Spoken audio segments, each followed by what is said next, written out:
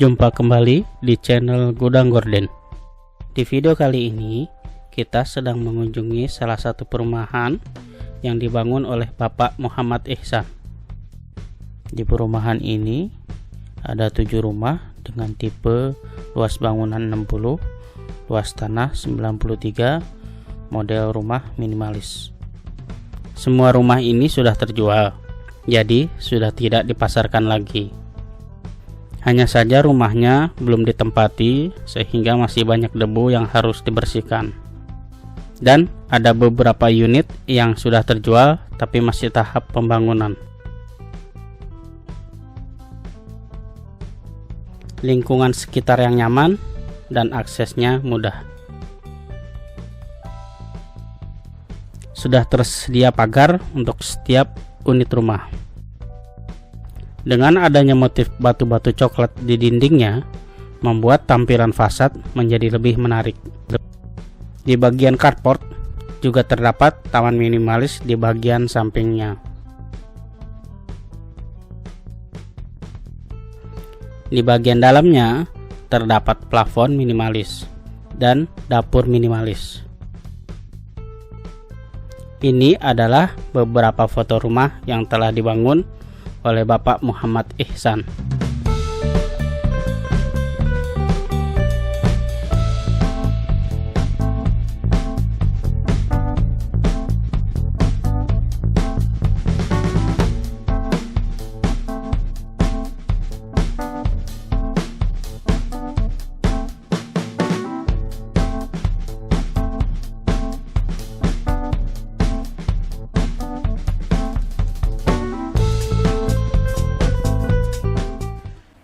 Jumpa kembali di channel Gudang Gorden. Saat ini kami sedang berada di kantor salah satu pengusaha yang kami anggap sukses, bisa menjadi inspirasi bagi kita semua. Mungkin kita minta sharing ilmunya dari beliau ini. Mungkin kita mulai langsung perkenalkan saja ya. Silakan Pak Ihsan. Ya, nama saya Muhammad Ihsan. Saya berusaha properti. Usaha properti ya, di daerah Jakarta Timur. Jakarta Timur, Kalisari, ya kecil-kecilan lah. Ya. Pak Ihsan saat ini sudah berkecimpung yang saya tahu itu di bidang perumahan ya. Ya. Sebenarnya dulu awal mula berbisnis itu mulai dari bisnis apa ya? Kalau bisnis ya macam-macam.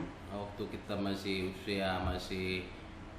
tamat sekolah gitu kan, bagaimana kita bisa sekolah, bisa melanjutkan kuliah, ya macam-macam, dari pedagang motor, dagang mobil, ya jadi pertama ya jadi maklar dulu gitu. Maklar kan dulu awalnya ya? Ya maklar. Tanpa modal berarti hitungannya ya? Ya tanpa modal, yang pasti memang ya saya tamat SMA, masuk Jakarta, kuliah malam, siangnya saya kerja ya karena kita hanya basicnya SMA ya, otomatis mungkin dulu cari kerja sulit ya, kita bisa aja diterima di pemasaran ya. Tapi memang alhamdulillah kerja di pemasaran itu bagus, sangat positif, kita banyak dapat ilmu, kita belajar di situ bagaimana menjual produk orang tidak kenal menjadi kenal, tidak tahu menjadi tahu, tidak mau jadi mau, kan begitu banyak teknik di pemasaran yang membuat kita bisa, artinya ke depan kita bisa lebih melihat sesuatu itu artinya positif gitu ya, karena di trik marketing itu sangat benar-benar membuat kita itu terinspirasi banyak pola lah gitu. Jadi bisa dibilang dasar utama yang membuat Pak Ihsan saat ini ya mungkin ilmu kemarketingan ya, yang kuat ya. Iya, memang basic saya sekian tahun tuh di dunia marketing. Lalu latar belakang bisnis sampai bisnis perumahan tuh bagaimana ceritanya sampai punya ilmunya, sampai bisnisnya bisa dibilang kalau saya nilai itu sukses. Itu katanya memulainya sekitar 200 juta ya, sampai sekarang puluhan miliar ya bisa bilang. Itu bagaimana itu? Ya memang mulai awalnya dulu karena keadaan waktu itu saya kredit rumah, kemudian tidak mampu mencicil, kemudian jual. Pada saat itulah kita lihat, kita mau cari rumah-rumah yang kecil gitu kan, kita beli tanah, bangun, sambil berjalan belajar gitu ya, dengan modal memang 200 juta pada saat itu. Beli tanah masih 1 juta semeter saya memulainya. Saya beli 100 meter, 100 sisanya saya ngebangun. Buat ngebangun itu alhamdulillah sih belum jadi rumah itu, masih finishing, sudah ada peminat gitu, laku ya alhamdulillah. Terus kemudian bangun lagi, beli lagi 2 kapling, belajar bangun 2, belum ya waktu itu. Saat itu memang sekitar tahun itu memang lagi properti lagi booming juga ya, belum selesai juga, dalam finishing sudah terjual, bangun lagi ya. Akhirnya sampai hari ini alhamdulillah itu dikasih kemudahan lah sama Tuhan yang di atas ya Allah, bahwa memang kita dikasih kepercayaan juga, amanah ya, sehingga sampai hari ini ya masih tetap eksis di bidang properti itu. Oh iya, berarti modal awal 200 itu benar ya Pak? Iya benar, memang nggak sampai, malah ya kita sekitar 200 lah. Itu mulai tahun berapa itu Pak? Waduh, udah tahun berapa ya, itu mungkin sekitar 14 tahun yang lalu ya. 14 tahun yang lalu, Ya, sekarang 2000, ya. berarti sekitar 2006 ya? Iya sekitar 2006-an lah itu. 2006 ya, Iya. sekarang 2020 soalnya kan? Iya betul. Itu berarti memulai awalnya 200 sampai puluhan. Itu udah berapa perumahan Pak dibuat Pak?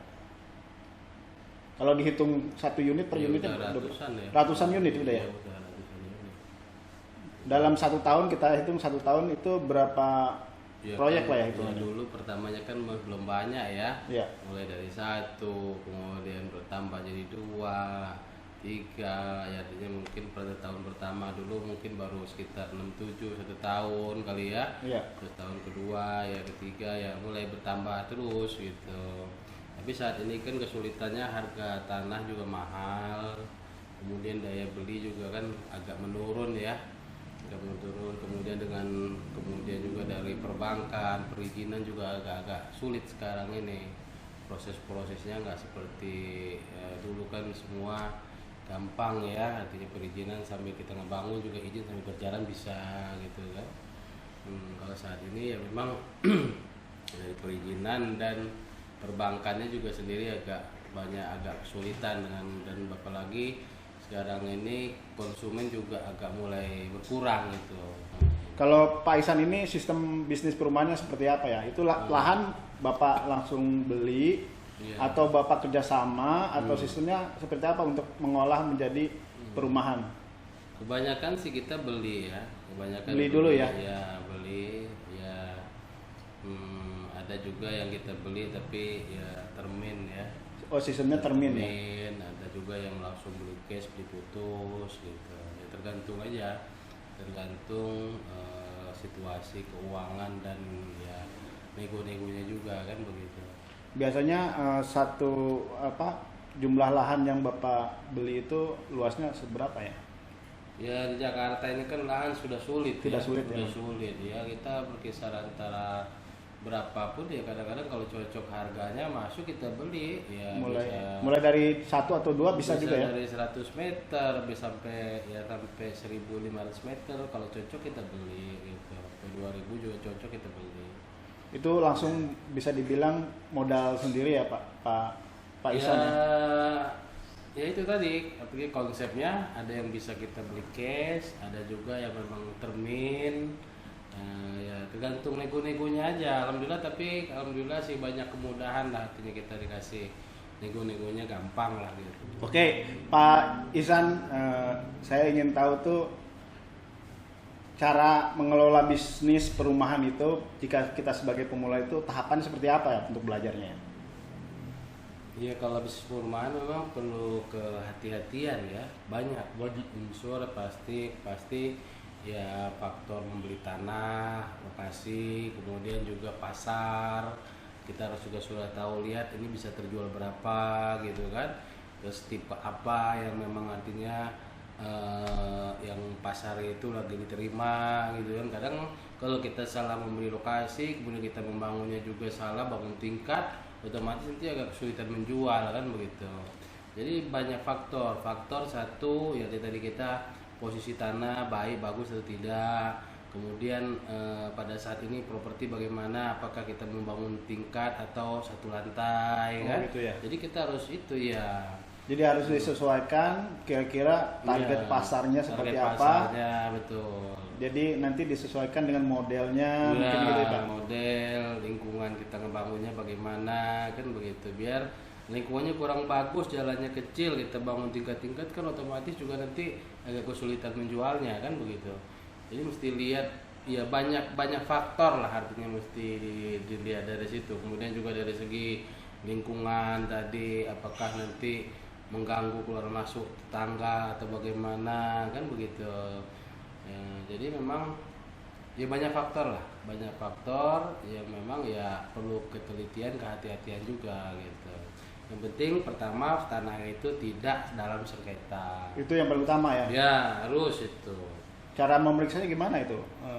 Supaya Ya kita sebelum kita beli tanah itu yang pasti kita periksa ke lingkungan terdekat, RT atau tetangga gitu kan. Kemudian kita minta fotokopi, kita cek ke BPN juga kan. Kita cek, ya kita ikutin aturan aja. Jadi selama ada aturan-aturan itu kita ikuti, insya Allah kita tidak terjebak gitu. nomor satu berarti itu legalitas ya. Ya legalitas, Legalitas ya. ya legalitas itu. Kalau untuk memulai bisnis perumahan ya, itu dulu Pak Ihsan itu belajar sama siapa? Sampai sekarang kan mungkin saya bilang sudah mahir ya masalah triknya. Dulu Iya. Pak Ihsan memulainya belajar dari siapa itu ya?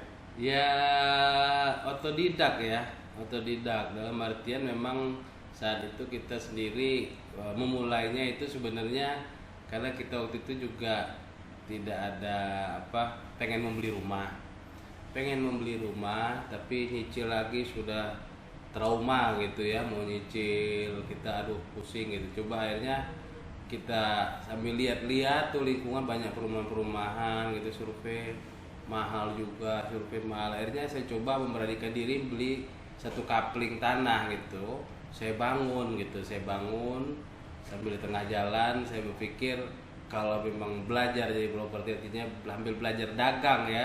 Saya bangun ya, kalau memang laku ya alhamdulillah berarti kita cocok, kalau tidak laku toh saya sendiri pada saat itu Pakai ya sendiri pakai gitu. aja gitu. Berarti bisa Kalau- dibilang belajarnya otodidak tanpa orang khusus ya? Iya, otodidak lah yang pasti. Saya cari tukang, setelah saya beli tanah, saya ikutin bagaimana ngurus izinnya gitu. Bisnisnya Pak Ihsan ini kan bisa dibilang bisnis pribadi ya. Iya, betul. Itu sedangkan kalau kita bangun rumah itu kan ada yang bangunnya, ada Iya. yang ngurusin legalnya kalau bisa dibilang, Iya, betul. ada yang mengurus pemasarannya. Iya. Itu Pak Ihsan gimana cara mengelolanya? Apa punya tim khusus atau gimana? Ya kalau sekarang ini kan saya sudah punya, ya artinya karena saya sudah bergerak di bidang ini lama ya. Ya. Kalau dulu memang saya masih sendiri. Kalau dalam sendiri waktu itu ya saya bangun, saya masarin juga. Ya namanya kita berjuang lah ya. Arti pola apapun kita masuk koran, masuk teman-teman kabarin apa yang mau masarin kita siapa, kemudian kita ya malam-malam saya pasang pelang-pelang di pinggir jalan. Dia harus kreatif. Karena saya juga biasanya marketing, saya juga harus kreatif gimana rumah saya cepat terjual. Kadang saya rumah dijual, saya bikin fotokopi banyak-banyak, saya tempel-tempelin di pinggir-pinggir jalan gitu, selebaran begitu, sehingga ya artinya semaksimal mungkin lah kita bagaimana target kita bisa target kita bisa cepat terjual gitu rumah, karena modal sedikit ini kan takut jangan sampai kemakan, artinya kita rumah terjual tapi modal sudah habis buat makan kan begitu, biar berkembang lah. Jadi gimana selesai rumah atau rumah itu belum selesai sudah bisa di DP orang gitu, jadi biar berputar kitanya juga. Putarannya itu harus cepat ya. Harus cepat. Setahun Iya, tuh Pak. putaran berapa perkiraannya? Ya kalau saat ini kan kita susah ya di Jakarta ya. Kalau di daerah mungkin orang bisa ngebangun banyak, tapi kalau Jakarta ini kan kesulitan kita masalah di tanah ya, lokasi tanahnya agak-agak susah juga gitu. Jadi ya yang bisa dibeli aja udah kita bangun gitu. Pak Ihsan, dalam bisnis ini kan kadang kita mengalami rintangan, kesulitan ya. Betul, pasti. Pengalaman Pak Ihsan mengalami hal-hal yang buruk yang mungkin sampai sekarang bisa menjadi terus diingat ya.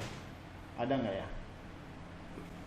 Ya pasti kan dalam semua usaha pasti ada rintangannya ya.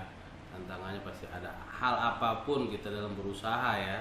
Pasang surut itu ada apa gimana ada ya. Pasti kan kita yang penting kita sudah berusaha maksimal ya apa ya syariatnya juga jalan doanya gitu kan, karena hidup tanpa doa ini juga agak loss juga nanti bahaya gitu kan ya. Artinya selain kita bekerja ya doa lah yang pasti, bagaimana artinya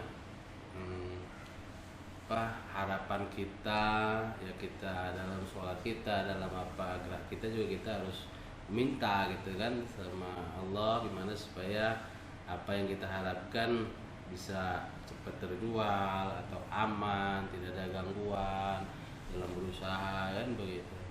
Pak Ihsan, sekarang kan peraturan selalu berubah. Pemerintah tuh selalu mengeluarkan peraturan yang mungkin kadang menyulitkan pengusaha ya. Betul. Misalnya masalah IMB. Ya. Setahu saya tuh IMB itu sekarang harus per coupling ya. Iya betul. Nggak bisa per perumahan ya. Iya Itu betul. kalau Pak Ihsan gitu gimana? Ya memang saat ini itulah kita bilang tadi ada agak kesulitan dengan artinya birokrasi ya, dengan peraturan itu. Kalau dulu kan IMB-nya bisa global gitu kan, kalau sekarang kan per unit gitu kan. Nah jadi kan proses per unit ini ya artinya agak sulit karena kita beli tanah kita pecah dulu, proses itu aja pecah surat aja itu bisa ya, artinya kita balik nama aja 3 bulan 2 bulan, kemudian setelah balik nama kita pecah lagi itu bisa 3 bulanan gitu kan, baru kita urus IMB lagi berapa bulan.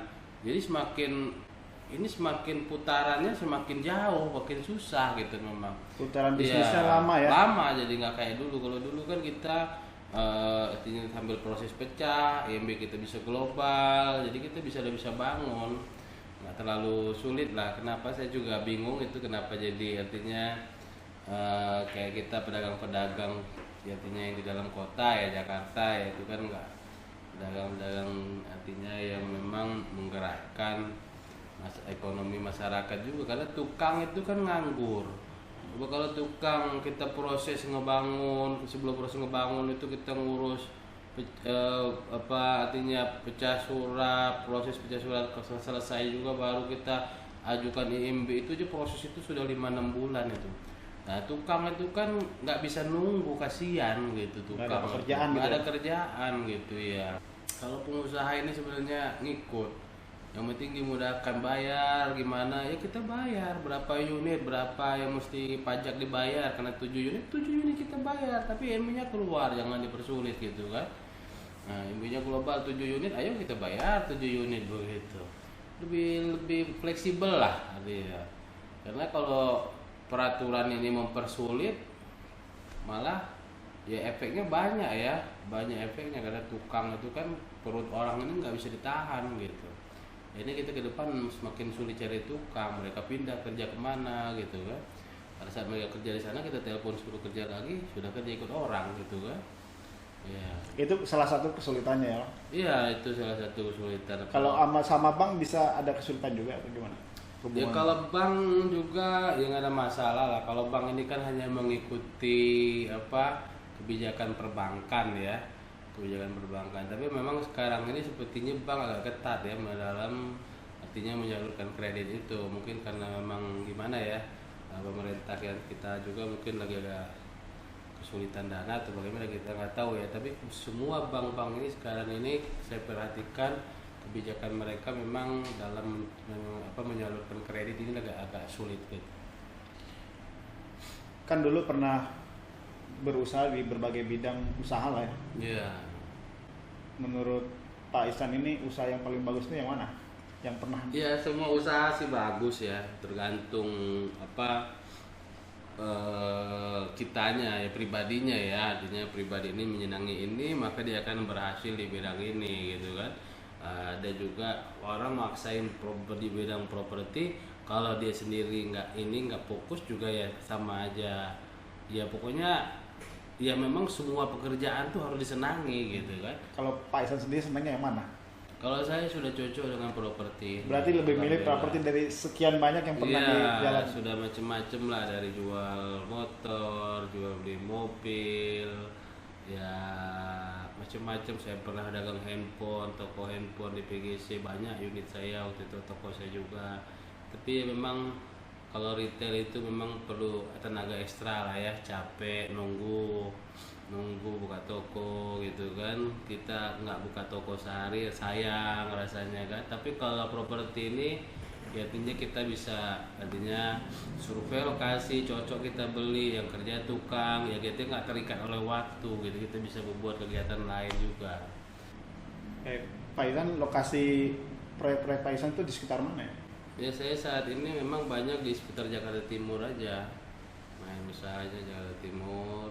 Ya kebetulan memang ya di wilayah-wilayah ini kan memang artinya tanahnya masih kejangkau ya, dan daya beli juga masih bagus, masih cukup. Apalagi kita kan hanya pengembang ya, artinya ya nggak banyak lah unitnya gitu. Yang penting tetap eksis, dan memang ya alhamdulillah membantu masyarakat juga yang mencari rumah gitu. Karena ya dari teman-teman pengembang juga, teman-teman yang membangun di daerah Jakarta Timur ini, ya saya salah satu yang sudah ya artinya puluhan tahun lah, artinya selain kita dapat ya keuntungan juga, kita membantu masyarakat dan pemerintah dalam pengadaan rumah. Ke depan bisnisnya rencananya seperti apa ya? Saya dengar sekarang mulai melangkah ke politik. Mau jadi calon bupati ya? Bagaimana Pak Ihsan? Ya kalau itu kita berjalan aja ya, gimana artinya kalau memang ya itu kita ya apa namanya, mungkin kita dengan jika dipercaya masyarakat di sana ya insya Allah ya artinya ya kita memang ya harus memang bisa mengabdi lah ya. Nah kalau untuk diri kita sendiri kita sudah cukup lah, artinya sudah cukup. Tapi bagaimana kita bisa bermanfaat untuk orang banyak begitu, ya itu aja. Kita coba-coba dalam arti jika memang diinginkan masyarakat ya bukan coba-coba ya, artinya bahwa kita memang siap jika memang dikehendaki dan memang ya artinya Allah ridho dengan jalan itu kan begitu. Pasar di daerah Jakarta Timur itu tingkatannya seperti apa? Dari segmentasi pasarnya, harganya, dan model rumahnya seperti apa?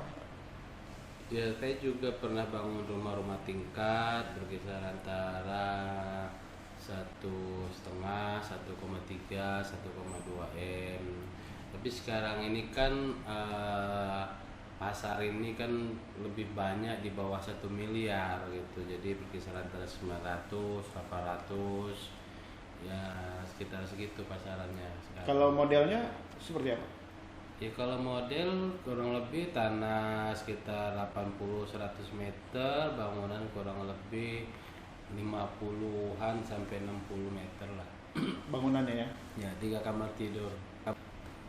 Baik Pak Ihsan, punya apa saran-saran supaya pembisnis pemula misalnya perumahan atau berbisnis yang ingin memasuki bisnisnya lah, memasuki bisnisnya, itu sarannya seperti apa? Ya bisnis properti ini sebenarnya susah-susah gampang, enak asal ditekunin benar, kemudian ya artinya mau belajar karena pertama nilai bisa memprediksi nilai jual tanah, kita lihat berapa per modal tanah per meternya, kemudian membangunnya berapa nilainya, kemudian kita bisa memprediksi nilai jual. Ada kata nilai jualnya bisa sekian, jualnya gitu, ada selisih. Nah tapi juga kan dalam membangun itu perlu tidak bisa kita memikirkan asal bangun. Nanti kita harus menyukai juga bangunan itu. Bagaimana kita membangun, kemudian kita sendiri dalam membangun itu kita mendesain bangunan itu pun kita harus menyenangi bahwa kamar sekian, ini begini. Jadi kalau kita juga senang dengan tata ruang itu, insya Allah konsumen pun melihat juga senang gitu. Nah, jadi patokannya kita sendiri ya. Kita sendiri harus menyenangi. Kalau kita juga. udah senang, kemudian yang lain senang gitu. Iya, jadi kalau bisa lihat rumah-rumah saya senang, saya menyenangi tipe itu. Kemudian saya tata ruangnya begini bagaimana, sehingga konsumen pun melihat klop juga karena kita sendiri menyukai gitu tata itu gitu kan. Nah, jadi ya itu satu memang harus mendalami dan benar-benar menyenangi pekerjaan ini gitu. Kedua, ya artinya kita harus benar-benar ya marketing kita perkuat. Marketing kita kalau memang unit kita belum banyak ya kita benar-benar harus kuat dulu dari badan kita, dari diri kita sendiri. Target kita harus cepat terjual nih rumah artinya kan. Kalau memang kita belum banyak teman marketing, maka apa sarana kita ya selain internet, kayak tadi saya bilang, ya saya tidak bisa hanya fokus ke internet. Jadi saya sendiri harus bergerak juga bagaimana seperti saya selebaran itu. Artinya kan itu kan alhamdulillah banyak juga transaksi dari selebaran itu. Ya, tapi kalau saat ini memang saya tim sudah cukup kuat, sudah ada, jadi semua ya artinya ya mereka yang menjalani lah gitu. Pak Ihsan, ada kata-kata penutup dari Pak Ihsan untuk inspirasi bagi kita semua? Ya, tetap semangat bekerja, berinovasi, bagaimana artinya kita bisa ke depan lebih baik, bisa bermanfaat buat orang banyak. Itu aja, dan artinya ya semoga kita bisa bermanfaat buat orang banyak juga. Itu aja. Pak Ihsan, terima kasih sudah menyiapkan waktu kita berbincang mengenai mungkin kehidupan, mengenai bisnis. Mudah-mudahan ada manfaatnya bagi yang nonton, bagi yang mau menjalankan atau memulai bisnis perumahan, ataupun mungkin bagi yang mencari rumah, yang mau beli rumah. Iya, betul. Sekian dari kami untuk video kali ini. Mudah-mudahan bermanfaat. Sampai jumpa di video selanjutnya. Terima kasih.